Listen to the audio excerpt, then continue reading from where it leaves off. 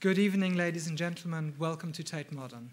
My name is Marco Daniel. I'm convener of adult programs, and it gives me great pleasure to welcome you here tonight for this very special lecture by Professor Rosalind E Krauss on Tacita Dean's film. The evening is going to be introduced by Nick Cullinan, who is curator of Tacita Dean's project in the Turbine Hall. And I welcome you now to tell us a few words about this evening's event. Nick.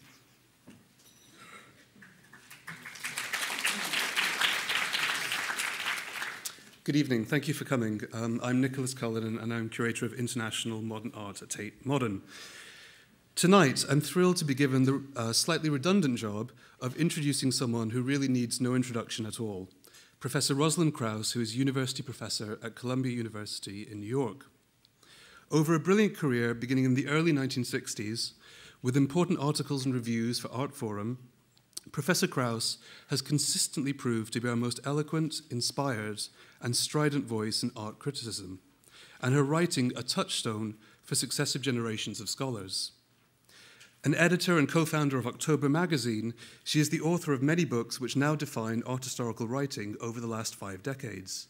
And among them are, please forgive the list, but I think it's quite important and impressive, Terminal Ironworks, The Sculpture of David Smith of 1971, Passages in Modern Sculpture, 1977, The Originality of the Avant-Garde and Other Modernist Myths of 1985, the important exhibition and its accompanying catalogue L'amour fou, Photography and Surrealism of 1986, and we have Dawn Addis, who was a contributor to the catalogue here tonight as well.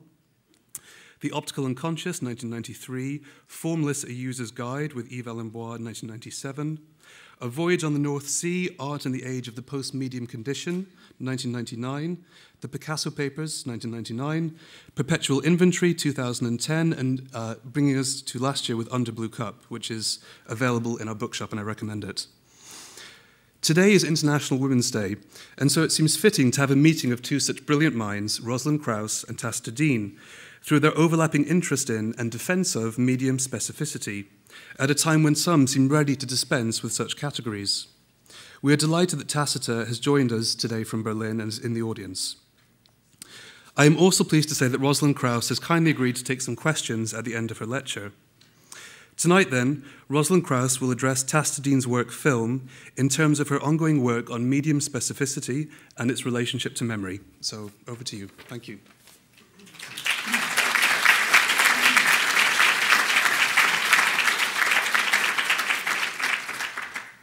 Thank you for this very warm welcome. Can people hear me? And I can't tell you what a pleasure it is to be here tonight to celebrate or help celebrating this great work.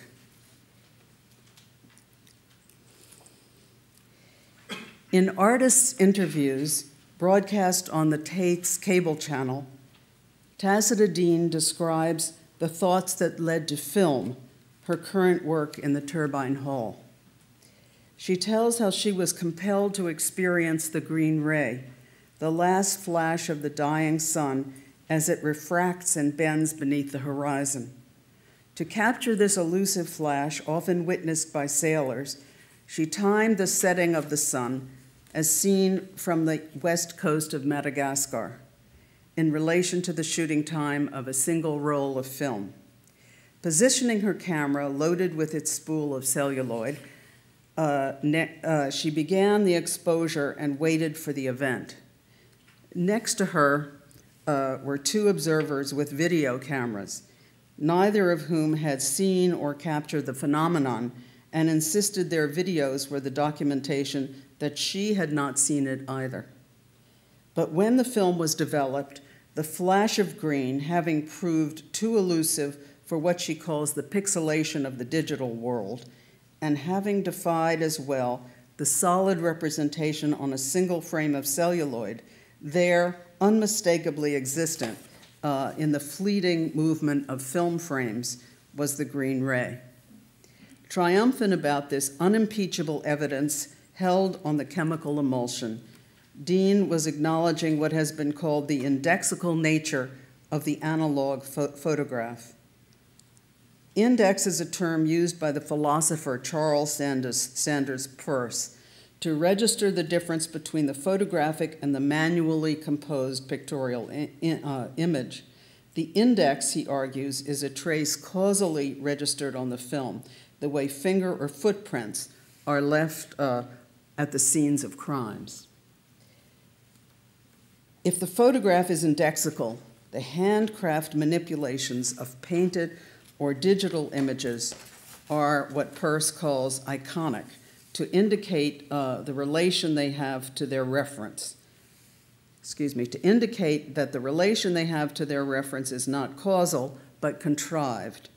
This is why Dean insists that analog and digital are two different mediums, which is to say two separate supports for the image, with a great chasm dividing them.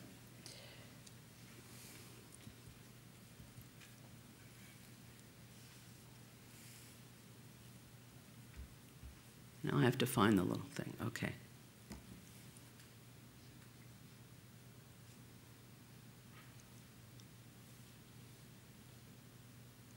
Calling her work film, Dean uses it to figure forth the film strip itself as the material support for the image, as well as the apparatus for the very projection of the film.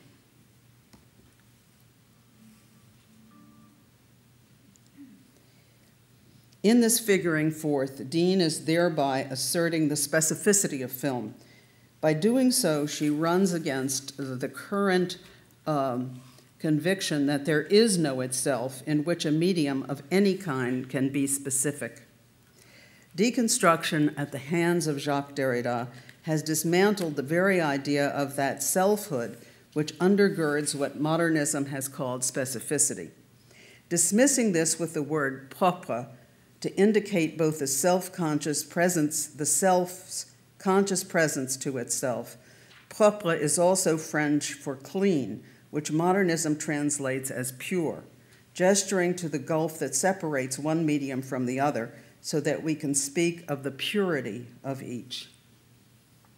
Derrida developed the idea of the always already impure in The Paragon, his essay to deconstruct Kant's insistence in the third critique that aesthetic judgment only properly applies to the ergon, or the interior of the work, the interiority of the work, Everything else, Kant maintains, is superficial decoration or non-essential embellishment. Kant lists three per ergoni: the clothing on statues, such drapery both decorating and veiling their nudity, the colonnades on palaces, and the frames on paintings, especially if gilded or carved. The gilding on frames brings up another paragon, color, which Kant deems inessential and thus extrinsic to the work because merely an addition that charms. The intrinsic object of pure aesthetic judgment is, instead, its form, called forth by the drawing or contours that achieve its compositional unity. Without this drawing, the ergon, the work, is not self-sufficient, but is vitiated by lack, a lack that necessarily welcomes the paragon, in this case, the frame. Thus, the frame comes from the outside to constitute the inside as an inside, an interior from which nothing is lacking. Another quarter from which the specific medium has suffered attack is conceptual art, which wants to trade on definitions of art in general, substituting the generic for the specific. The series of numbers that supports digital imaging produces what Friedrich Kittler calls information storage, which can take any form, from cybernetics to video.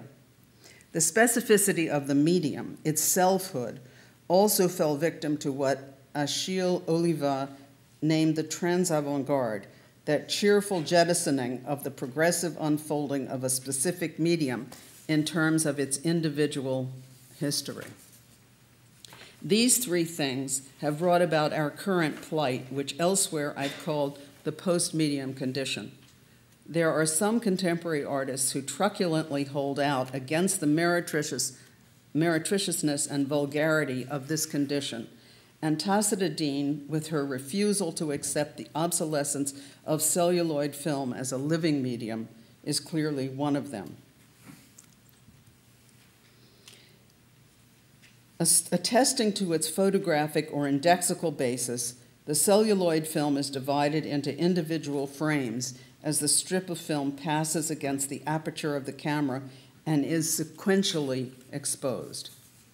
The illusion of movement in cinema has been explained by what physiological optics names the phi effect, which means the stimulation of the viewer's retina by the light refracted through each frame into the perceiver's eye. That stimulation producing an afterimage or ghostly trace of the light, now hallucinated in its complementary color.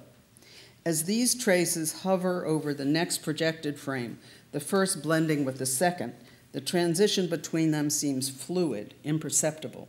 Digital or video production of the image has no need of the phi effect and thus suppresses the optical stimulation. Early experimental cinema made reference to the intermittent flashes of the separate frames, unavoidable by the sequential registrations of the film strip. With his Arnulf Reiner, Peter Kubelka made what he called flicker films, projections of opaque frames of black leader alternating with transparent ones, to produce intermittent white flashes. Paul Sharits adopted this flicker technique, viewing it as an essential reflection on the nature of cinema, called in its Nickelodeon days the flicks.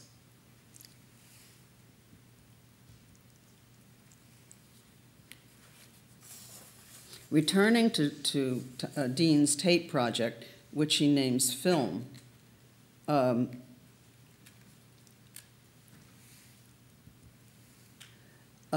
we could interpret the colored flashes of the phi effect flickers as evanescent sensations of the green ray.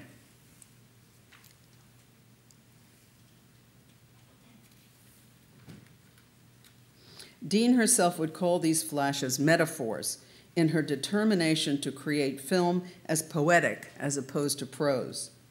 Anyone who sees film must acknowledge its determination to make cinema itself the narrative subject of the visual experience.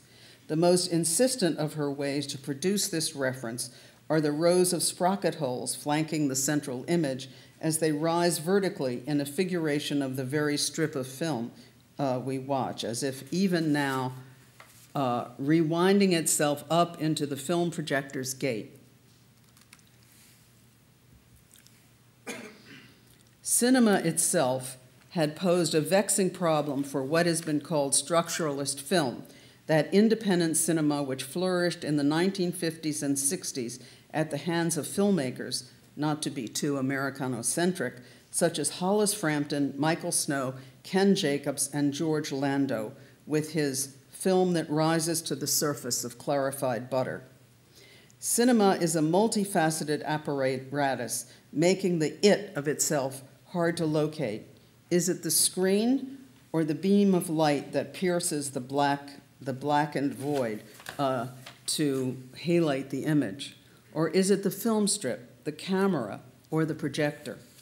Flicker Films had opted for the film strip, made present to vision by its very series of interruptions, as well as making the projection screen another itself when the blank frames make it interrupt into pure blooms of light. Hollis Frampton's concern with the itself of the apparatus folded the optical flicker into sound.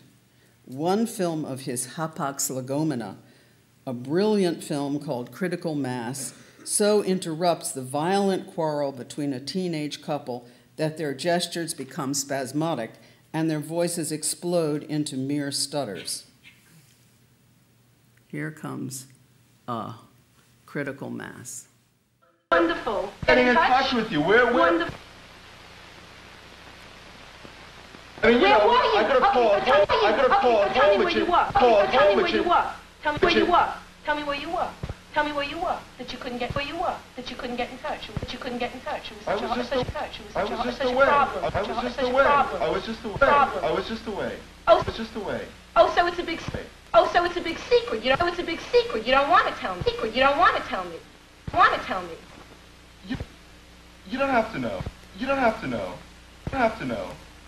Well, that's you don't right. Have to know. Well, that's you don't right. Have to know. Not only that's right. Have to know. Not only don't I have to know. Not only don't I have to know. I don't ever have to know. I don't ever have to see you. I don't ever have to see you.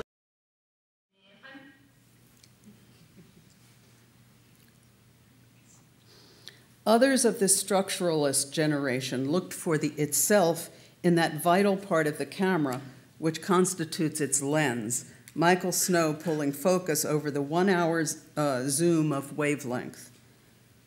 Tacita Dean's consistent use of an anamorphic lens has been to avoid all those references to the camera's tripod that allows for tilts and pans, and thus the very grammar of editing, cutaways, angle, reverse angle, and so forth. Since the anamorphic lens doubles the width of the frame, in portrait format, which is to say at 90 degrees to the horizon, the vertical unfolding of the image appears uninterrupted, seamless. But the production of the sprocket holes, which also functions as the itself in film, has enforced its own series of interruptions or flickers. Here you're going to see it again.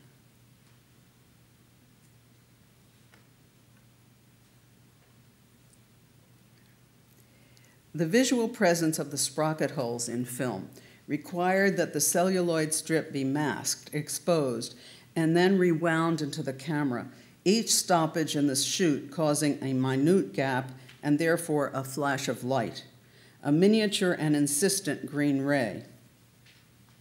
The green ray, a subtitle of film, is the name of an Eric Rohmer movie in which a young woman, Delphine, deserted by her friends for summer vacation, goes to Marseille where she meets the young Jacques. Since sailors identify the green ray as a harbinger of change or fortune in their lives, Delphine and Jacques go to the coast where, as the climax of the film, they see the flash of green. The irony of Dean's focus on the green ray is that Rohmer admits that it had to be produced in the studio as a special effect. Dean identifies her decision to turn the Turbine Hall into a giant film as her acceptance of the spectacular. Ironically, this kind of spectacular immersion resembles the environmental work of Bill Viola as he makes video broadcast the subject of his own works. His technique here is to incorporate video monitors into his stage sets or to project mammoth video images onto a succession of screens.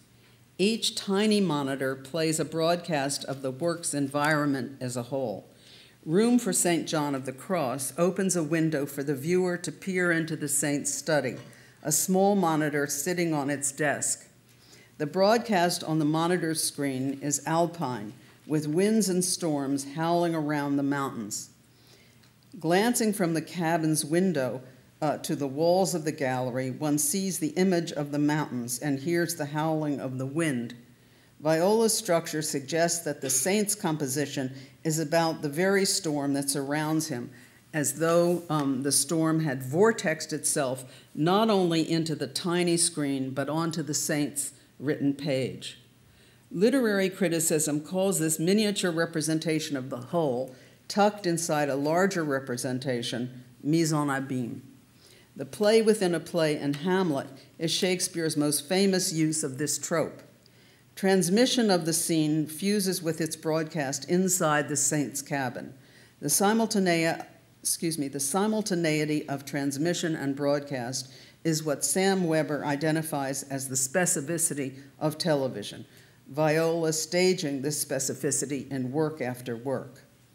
Dean's drive toward the specificity of film, Roland Barthes would call it film's genius, is realized not only by picturing sprocket holes rising back into the projector's gate, but by showing a descending escalator, a reference to the very act of shooting, as the film strip leaves the camera's aperture to loop back onto its take-up reel.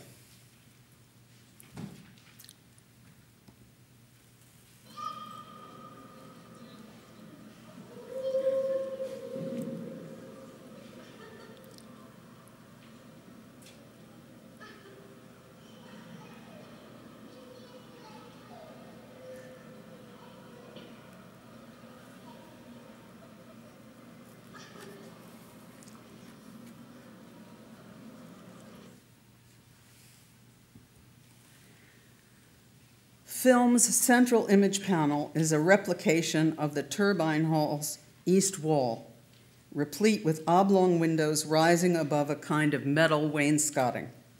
The projection screen is a freestanding monolith set just forward from that wall. The result is the illusion that we are looking through the celluloid itself, as though through a two-way mirror, to see the wall behind film without being seen in the darkness of the theater.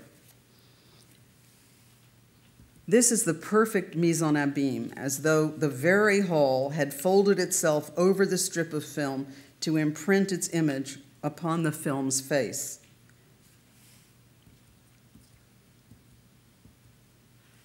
It is hard to grasp the diagrammatic brilliance of this triggering of the representation of the film strip to fold back onto a figuring forth of the very act of shooting, and thus onto the production of the work we are now viewing. In Derrida's law of genre, he calls this Mobius strip double invagination, as each edge of the Maurice Blanchot story, the madness of the day, repeats itself, each stating, "An account I began." The second "I began" is an edge that starts the story over to the "I began" of the outset, itself followed by the story of the assault, its account deemed impossible by its narrator, itself the very text we are now reading. Film's flanking sprocket holes frame the film frames of the production we are watching, fascinated by its capacity to reenact itself.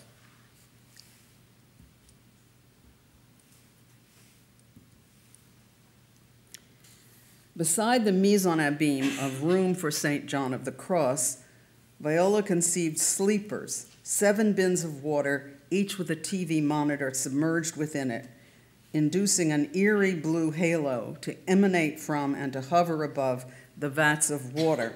The effect produced by these cathode ray auras is of the bedroom windows one would pass at night in the 1950s with the onset of television, the auras signaling the recumbent bodies asleep next to their illumined screens.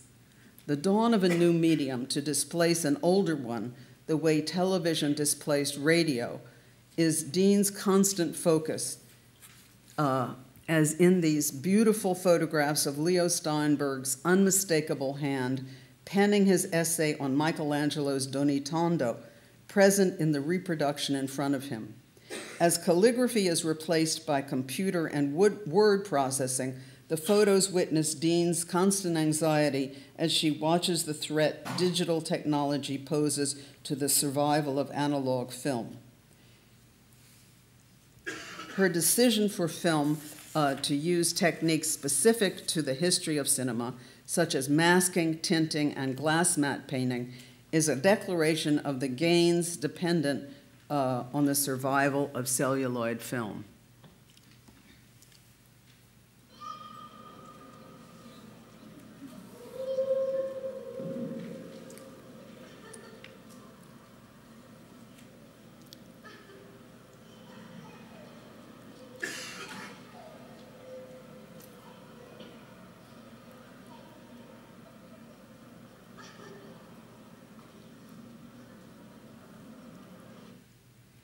Failure, she says, would be if people said she could have just done that on digital. Watching film, no one could possibly say that, and this is the work's stunning success. Thank you.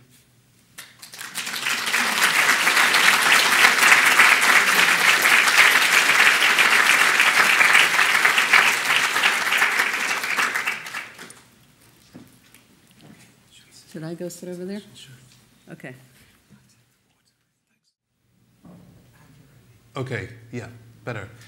So, now's the chance to throw it open to questions. I have questions, if no one else, but I'm going to give people the chance to raise their hands first, and then otherwise I'll jump in. But does anyone want to ask the first question?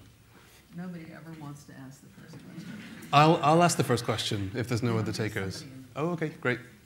A first question. This is a really open question. I just wondered if you would say more about the comparison you intended between Bill Viola and Tacita Dean's work, because it hadn't occurred to me to compare them before. So I wondered if you would just unpack that a bit more, if you'd be kind enough. I kind of said what, I sort of said it when I talked about sleepers and this sense that, television has displaced radio, so that there is a sort of displacement that one medium performs on another. And this is pure, of course, McLuhan. And what I'm sort of thinking about in relationship between that and Tacita Dean's preoccupation with the medium and the sense of digital replacing analog film, that Viola is concerned with a replacement, and that's kind of the relationship I was trying to talk about. Okay. Next question. I'll just to jump in there. I mean, I would never have made that connection either, and I was very struck the way you talked about Viola signaling television as a medium, the way that it transmits itself, and that the way that sort of reflects film, the two images. We have a question here.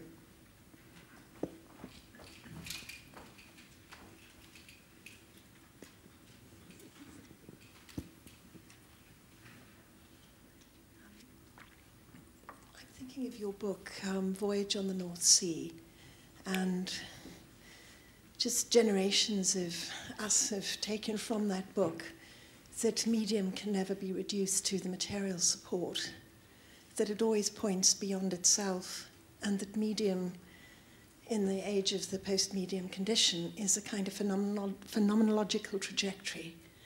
Something insists, and it can't be reduced to the material support.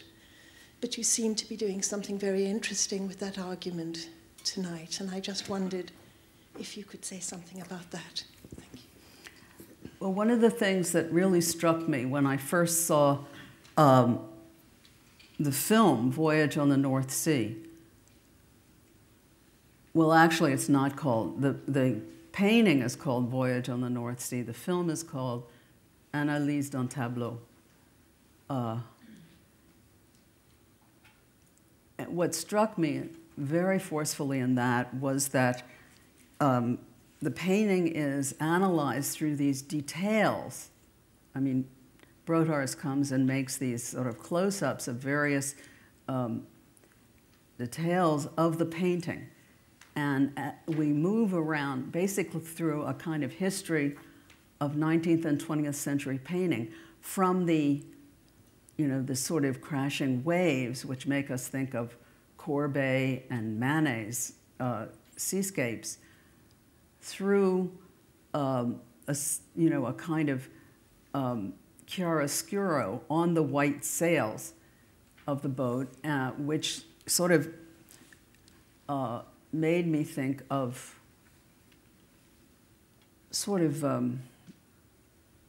I guess, Manzoni, to finally a close-up of nothing but the fabric, the canvas fabric of the sail, all in white, which of course is at that point the monochrome. So there was a sort of, what seemed to me that Broadhurst, who was often, thought of as an installation artist in relationship to the various pieces that he did relating to the you know, the sort of Museum of Modern Art and the Eagles department, that sort of what this analyse d'un tableau, moving from the crashing water up to the monochrome, this sort of startling monochrome of the sail, seems to me to be a kind of book of history of art, and that there is a sense of the medium restored, a medium of painting restored in that. So, is that what you were asking? Okay.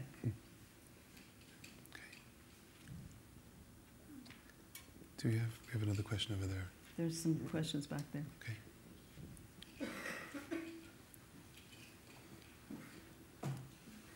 Hi. Can you hear me? I wondered if you felt there was, with digital media, there was still a certain medium specificity that was possible. I'm thinking about there's artists who really explore that today. I think Ed Atkins comes to mind as somebody who really tackles what it means to work in the digital, and I wondered if you had any comments about that. We might need to preface Ed Atkins a little bit, no? Or I don't know if he's a young London-based artist who's very much working with digital and the possibilities of digital images. Well, for me, the most brilliant discussion of the digital is Kittler's film gramophone typewriter. And he develops this idea of information storage as a kind of way of unpacking the idea of the digital. I don't think I can rehearse the whole book for you. But for anyone interested in the sort of an analysis, a very brilliant analysis of information storage and the digital, I think the book is absolutely marvelous. And one of the things he argues is that as technologies displace each other, essentially what you have to think about is armor, you know, is sort of production of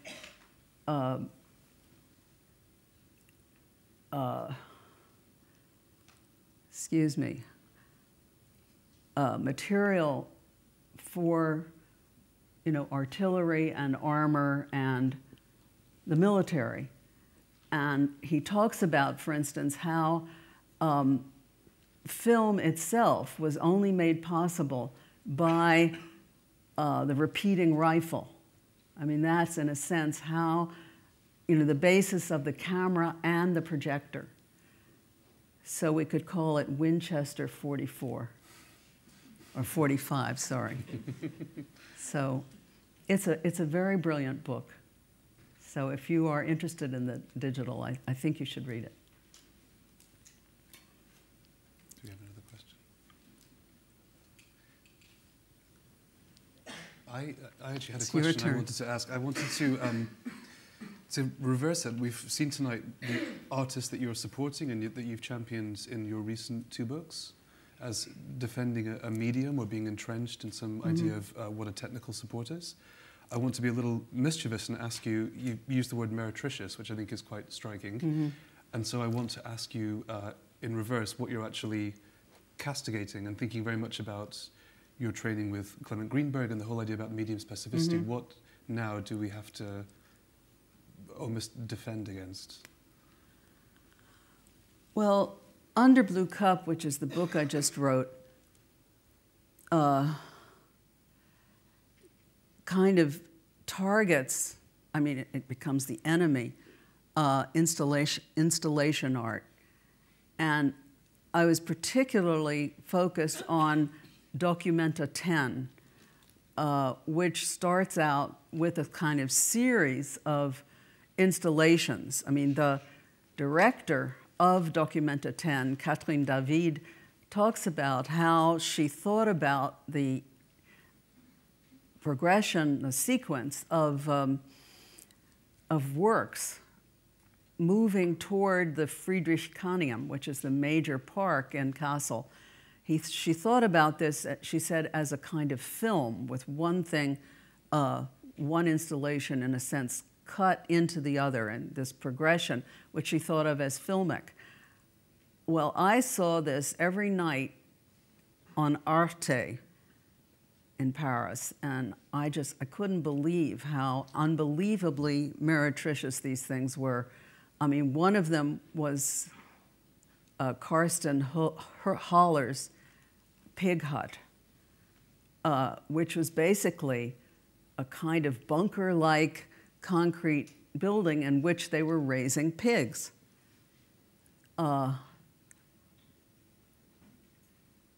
One thing after another like that, and that's what I think of as meretricious. Okay, thank you. That's very clear. I don't know if we have time for a final question, or there's one there. Mark? Well, Tim has a question. Okay, two.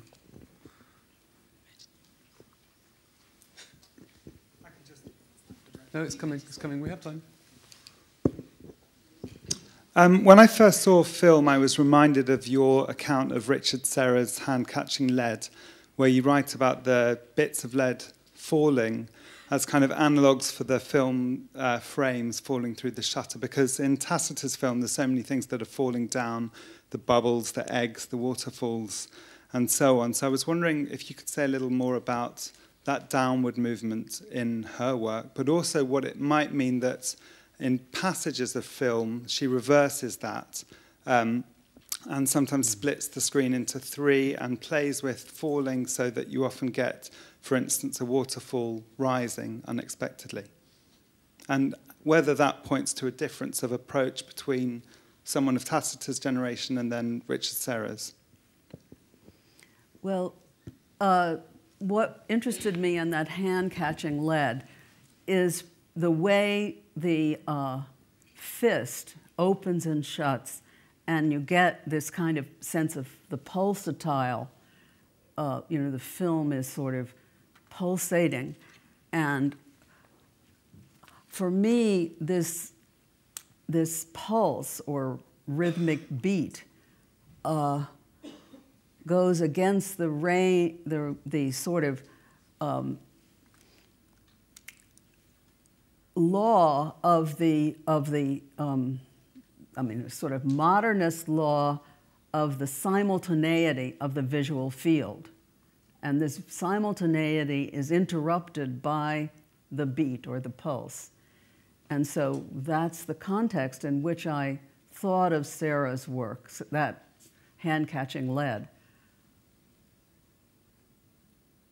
I don't think that in film, well, the pulsatile only comes in when you get the sort of flicker effect, which I find very brilliant. I mean, that's why I showed you, for me, one of the funniest films ever, which is Critical Mass. I mean, those two teenagers having that screaming fight. Well, Hollis Frampton was one of the funniest men I ever met. So did I answer your question? Okay. Well, Tim has a question. Tim had a question. Rosalind, my question is very open too, like the first one. Maybe it's going to be the last one. Because your wonderful talk stirs up all kinds of questions. I was wondering, there was that moment, this would be so predictable for me, so I apologize, but there was that moment where you talked about the scale of the work as registering Tacita's recognition, sort of dealing with, to some extent, accepting spectacularization, which, what else do you do in the Turbine Hall, after all? But that made me think about, I'd love to hear you on what this work does or thematizes maybe about the conditions of reception of film in this moment. Fascinating, I found that your film clip of course, sort of shows us and delights us with the children, and yes, you know, with this typical, and so that kind of made me think of the great famous passage about, well, the Benjaminian passage about film, the essence of film being that we look at it in conditions of distraction. Mm-hmm. But on the other hand, as you said, the flicker, and you know, especially in early cinema, was absolutely spellbinding and hypnotic, and sort of drew you absolutely into the into collusion with the image. Are these things in play here? I think so, and that flicker, which is so present in the kind of flashes of light, you know, and the flicker that existed in the early history of film. I mean, one of the things that is such an extraordinary moment of the flicker is Charlie Chaplin, you know, his walk. And you get this sort of sense of spasmodic motion in Chaplin's, I mean, I think Chaplin obviously is thinking about how to personify film. In terms of, you know, you asked also about current experience of film. You know, managers of movie theaters are really worried, because if 35 millimeter projectors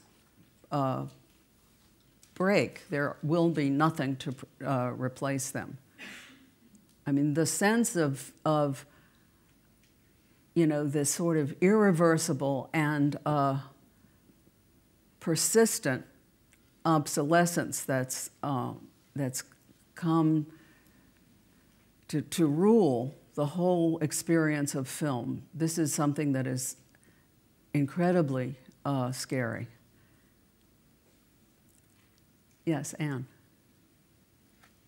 I have a different sort of question, and it's a question about the answer, or the question that you got on Voyage in the North Sea, and whether you were asking us to see in film the work and the medium, the thing beyond medium.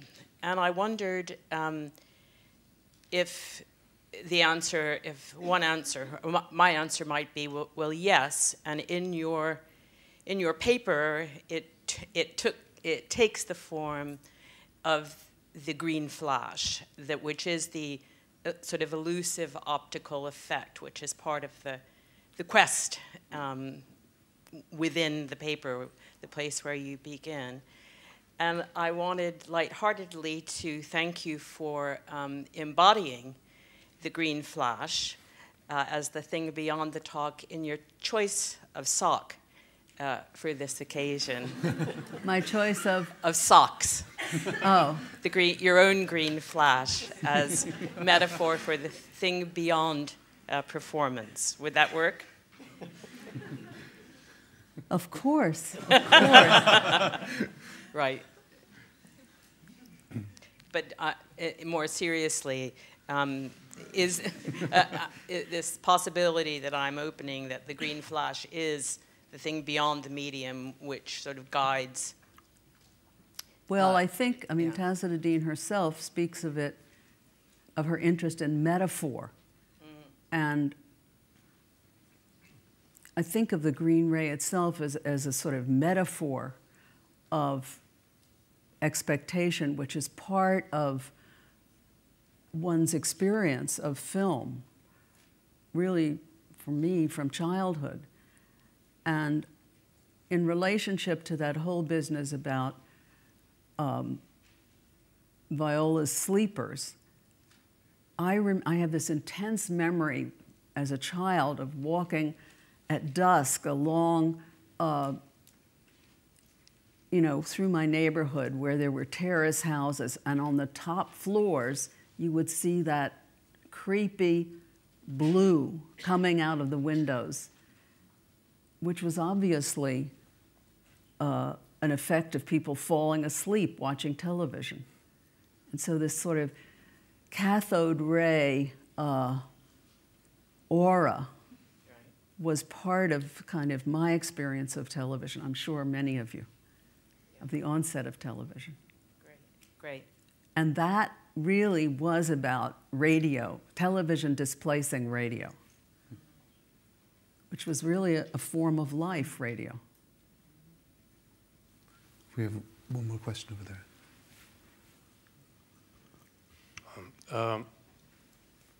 You analyzed the film from the video, or the polarity film and video. What do you think? And well, the thing is, looking through the history, we see the temporality of painting that was completely changed by the immediacy, the progressive immediacy of the photography. Now with the video, the cinema become a kind of immediate production. And what do you think about the immediacy and the ubiquity of the new devices, people looking everything by telephone, when, well, regarding Tacita Dean work? Well, I think that you're suggesting that the effect of photography on the history of painting was also to displace kind of, or to force a certain kind of obsolescence on painting. I mean, sort of technology outstripping the kind of techniques of painting. That's a sort of cliche in terms of the history of photography. And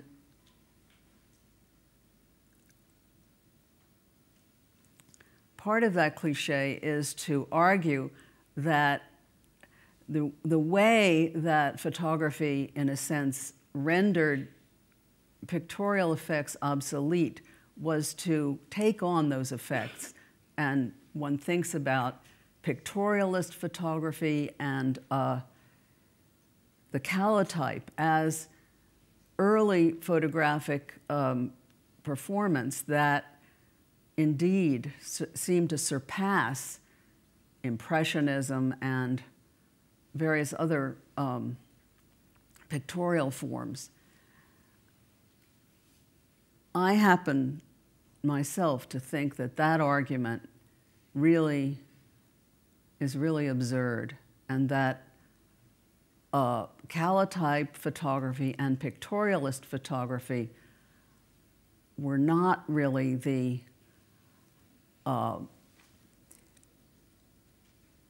did not have the sort of the power, and therefore the power to displace painting, that people who argue that displacement think they had. I mean, for me, kind of the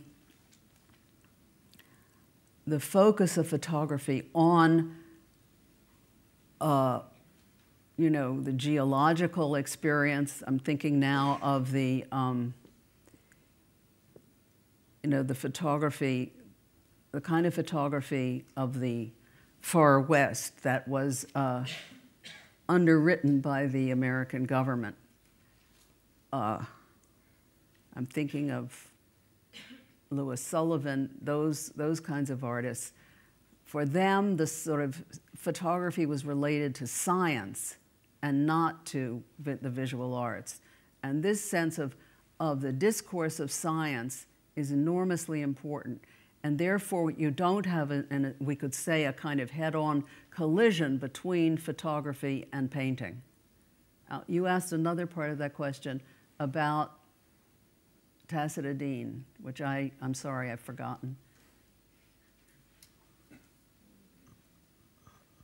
Well, my question was more than the photography versus painting. It's just when, well, the change of the regard because of the technologies. It's more about that. And what do you think of the work of Tacita Dean, whose it's a reflection about the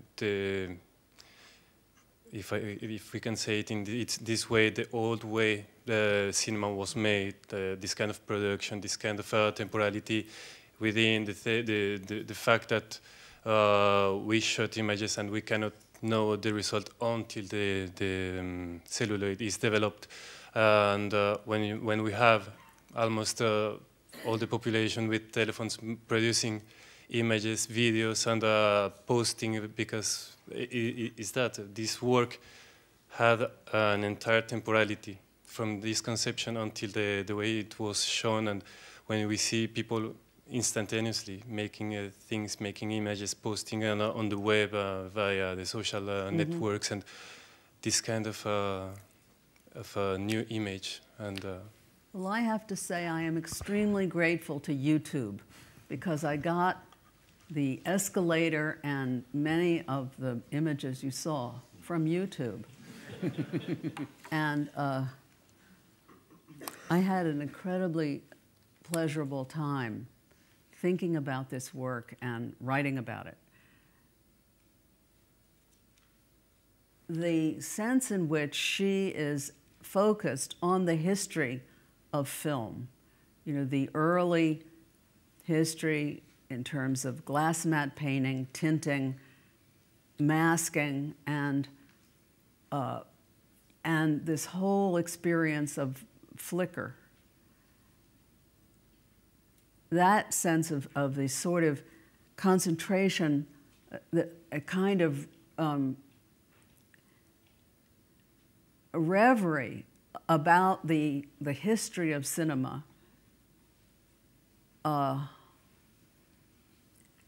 also in a way trying to make that converge with the photographic basis of film. So I don't know if I'm answering what you're asking. I think so. I hope I've said something. Unless there's one final question, I think, yeah, do you want to? Sure, okay. Could you just wait for the mic 1 second? So you can be as loud as me.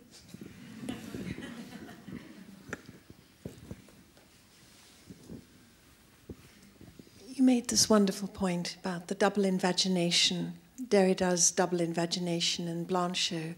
Well, I was worried about using that word, but anyway. But I wonder, particularly on Women's Day. If you could say something more about that, because it was so fascinating, and the imagery that you provided was fascinating. Thank you.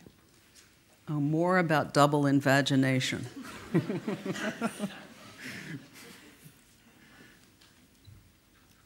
Derrida wants us to think about the way the account that Madness of the Day gives of the assault, which nearly blinded the narrator, blinded him in such a way that he feels that he cannot give an account. Account, we could say, is, well, the word is récit, which is juridical, which is about testimony.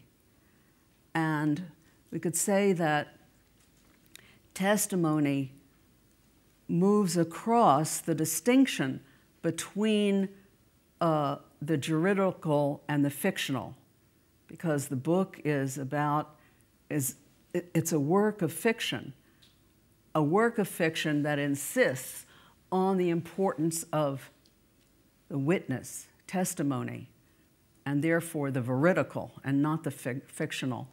So this sense in which testimony enters the interior of the fictional, that is one thing that Derrida thinks of as, you know, enters it to displace it. That's sort of one example for him of, sorry to use the word, invagination. So is that answering what you're asking? There's another question.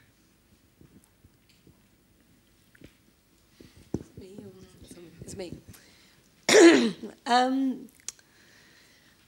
I was really struck when you were saying that you were looking on YouTube and using the images that you found on YouTube of Tacita's work. And I'm speaking here from a sort of museum perspective, where we are collecting works by Tacita, by James Coleman, another artist that you've written very eloquently about the significance of the medium. And I wondered if I could ask you, as a art historian and critic, how important it is for you to be able to continue to encounter those works as installed with those mediums. Or is it enough that it was done and that you can investigate that retrospectively, almost like we might a performance? I don't know how you got from YouTube to the end of your question. You know, this is a leap. I